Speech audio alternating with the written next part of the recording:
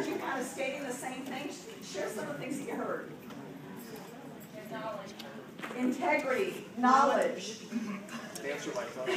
Caring, service. Did somebody around you say the same thing? Okay, because here's what we go to. We do think of things like honesty and integrity, and it's funny. I went and I did a search, a Google search, for honesty and integrity in real estate.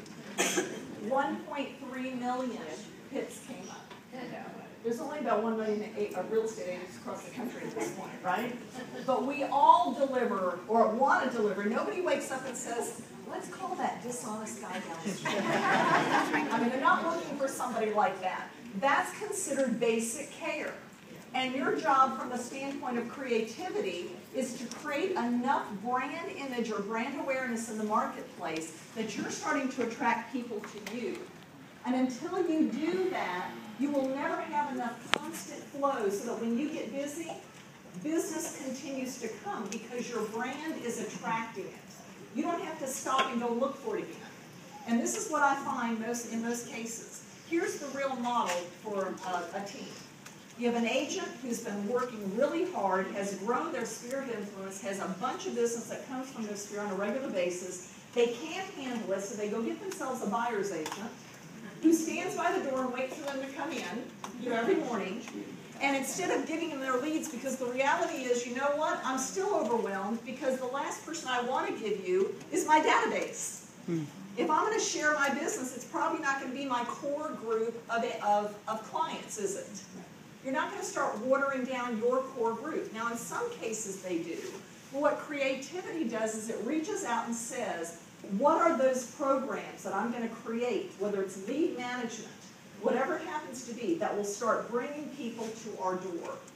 And again, we're going to have some of that discussion in Barbecue and Sacred Cows next. What are some of the things that you can do? Because if you go out and you're a one-shot wonder, and you start hiring people because you think you're going to get busy, and then you can't keep enough to keep them busy, you'll have a revolving door.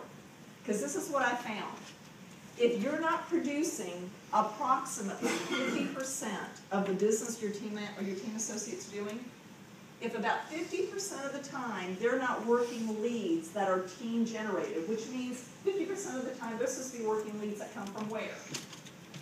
You. From them, right? Because the team lead comes from you. 50% of the time from you, but we're still holding them responsible for 50% of the time they're working, which is a nice balance. But if it gets to the point that you're maybe giving them 20 or 30% and they're doing 70% of their own business, what do they start saying? Why do I need this team? I mean, I'm giving her or him a percentage of everything I'm doing. Why do I need to do this? That's that balance you've got to work. So without this, you end up creating something that's constantly causing you a problem. Okay? So first thing, creativity, developing identity and brand.